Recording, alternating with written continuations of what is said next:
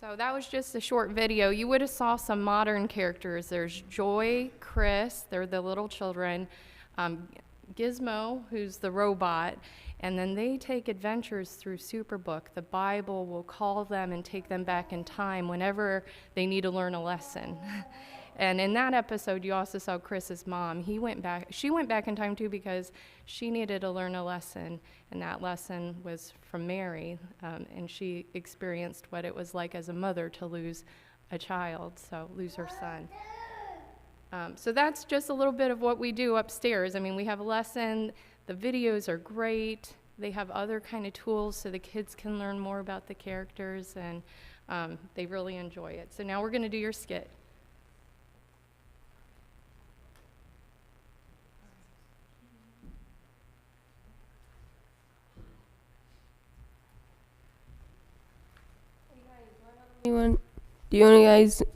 Do you guys want to go play hide and seek? I'll count to 20. Yeah. 1, 2, 3, 4, 5, 6, 7, 8, 9, 10, 11, 12, 13, 14, 15, 16, 17, 18, 19, 20. Here I come.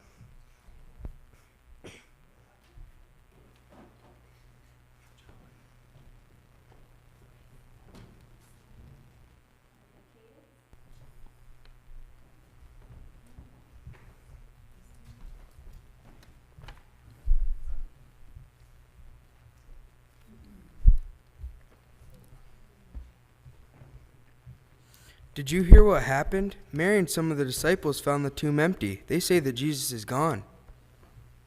My father was talking about that. He said the soldiers did something. No, my father said the disciples took his body away.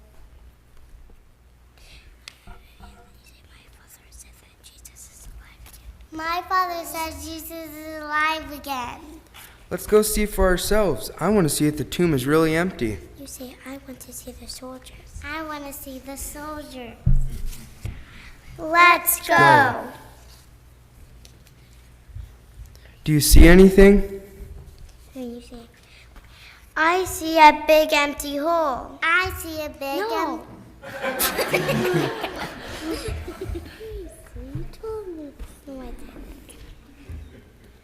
Children, what are you doing? Are you looking for someone? Oh, you startled us. We wanted to see if it was true. See if what was true? We heard that Jesus is not in the tomb anymore. We wanted to know if his body was really gone. Well, yes, it is true. He's no longer in there, but you don't need to look for him in the empty hole. What's wrong? Why are you all so sad? Some people were saying that Jesus' body was taken by soldiers or his disciples, and some say he's alive again. We are hoping it was true that he is alive. He was our friend. He once picked up my little brother and blessed him. You say he told us stories. He told us stories. Would you like to hear a story? I can tell you one. Yes. All right, let's go sit down and I'll tell you one.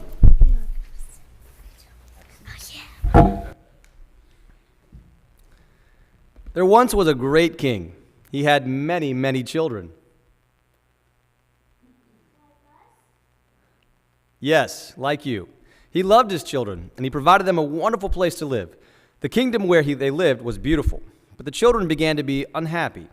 There was another kingdom nearby, and they thought it looked better than their home. So one by one, they left their father's kingdom and went to the other one. But the other kingdom only looked better. The king's children thought they were living a wonderful life, free from their father and his laws, but in reality, the other kingdom was terrible. They only thought they were free. They were actually slaves of the king who ruled that kingdom, and he did not treat them as children.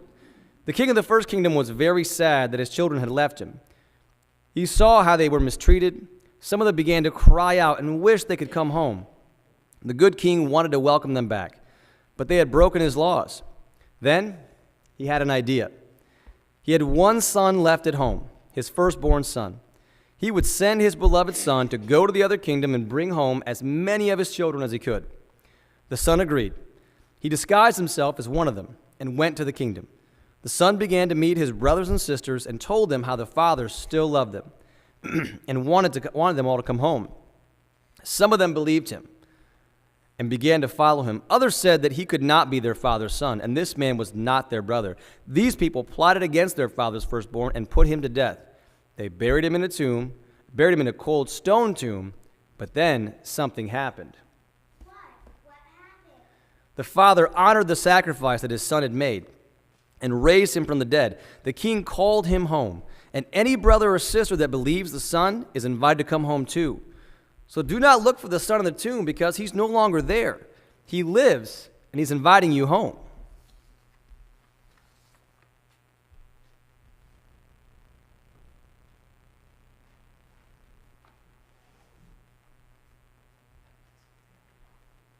I liked that story.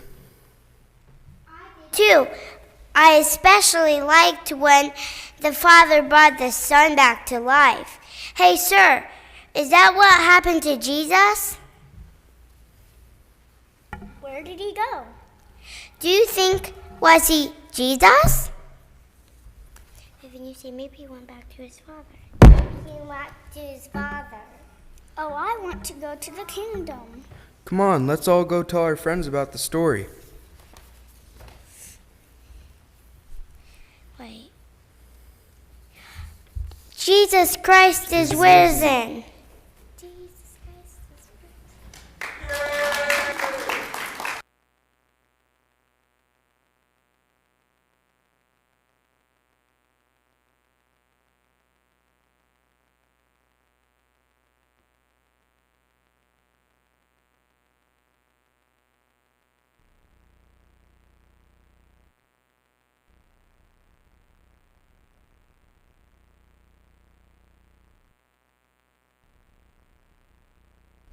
He is risen for sure. Amen? You know, many of us have watched this catastrophe happen in Paris this week. You saw the fire on Notre Dame Cathedral. You saw how, the smoke and the ruin, what was left. And it got me thinking, Europe is a special place. Europe was where these cathedrals were built, these beautiful, awesome, enormous structures, all to the glory of God. But the interesting thing is, and of course this part we're glad about, no one got hurt, at least not that I've heard of. Did anybody, not even a fireman, they were fighting the fire, but no one was in that building, no one got hurt, no one got burned, no one died, because the cathedral was empty. And that was a good thing in this case. But on the other hand, the cathedral was empty. And this is what's happened in Europe. In many of these places in Europe, these grand cathedrals, they're mostly empty. Europe has kind of forgotten the resurrection. They've forgotten that he is risen. I remember when I was a young Christian and I went to a church and there was a poster on the bulletin board and it said, they were raising money for missionaries. And one of these missionaries was a missionary to France. And I thought, missionary to France? I mean, why does France need missionaries? France is a Christian nation. Why don't we send them to Africa or somewhere like that? Not to France. And that was 30 years ago or whenever. France needs a lot of missionaries. England needs a lot of missionaries. Europe needs a lot of missionaries because they've basically forgotten.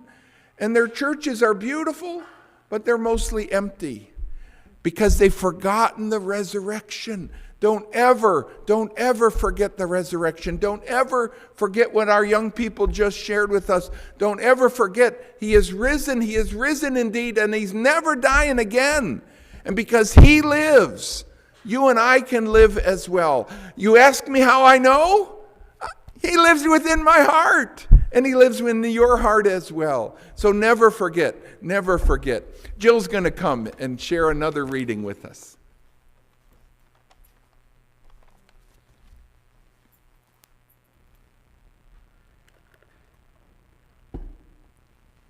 Sandy wrote this lovely story.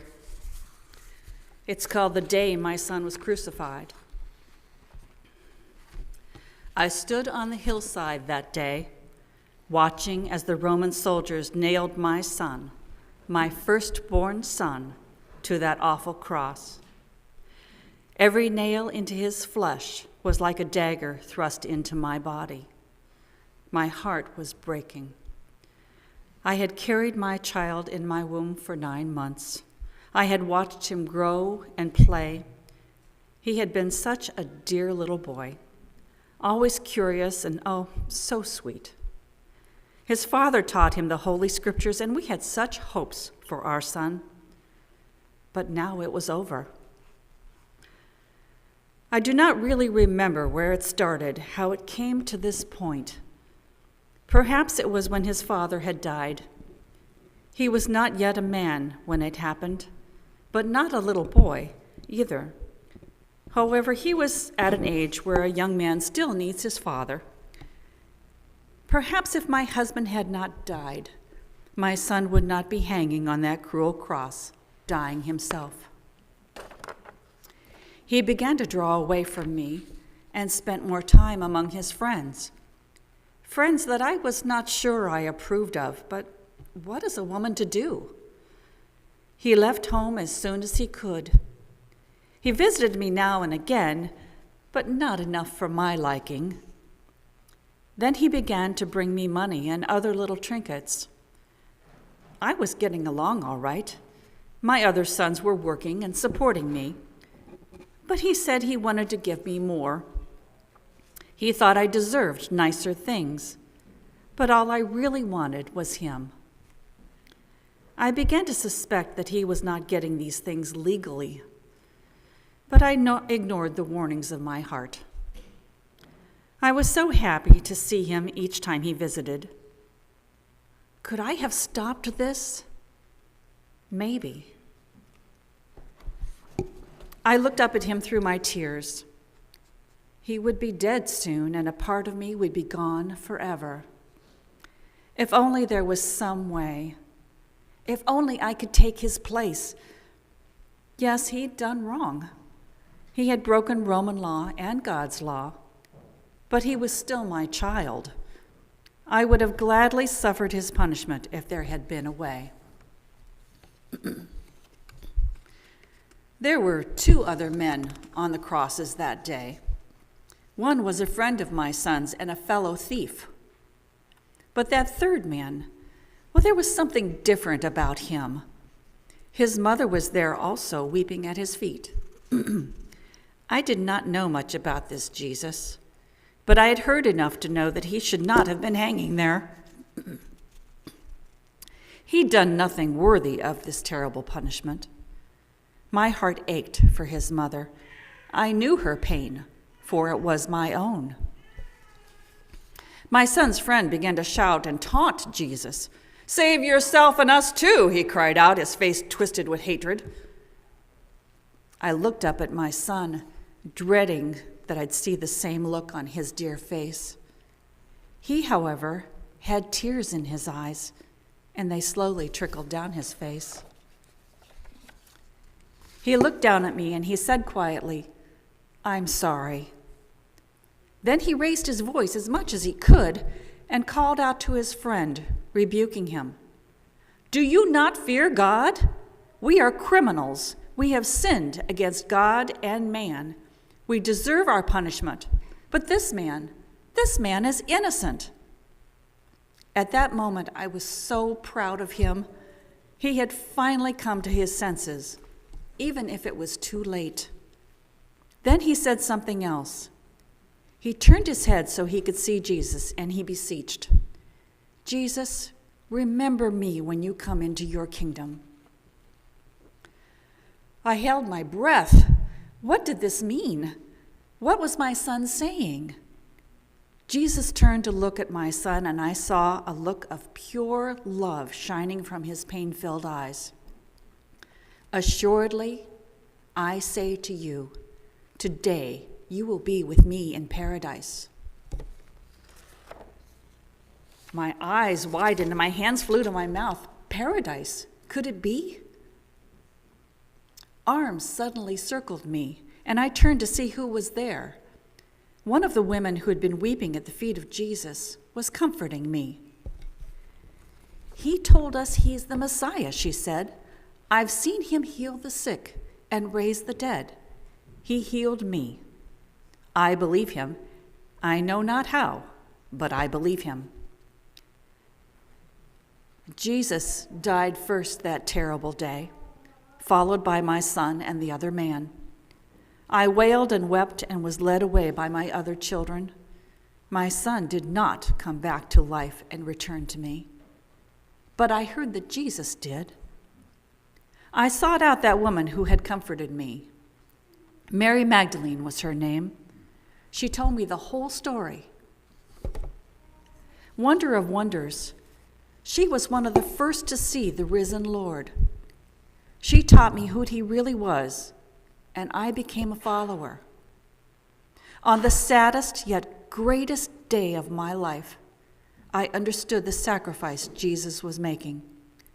I wanted to take my son's place in punishment. I could not, no matter how much I wished it. But someone else could and did.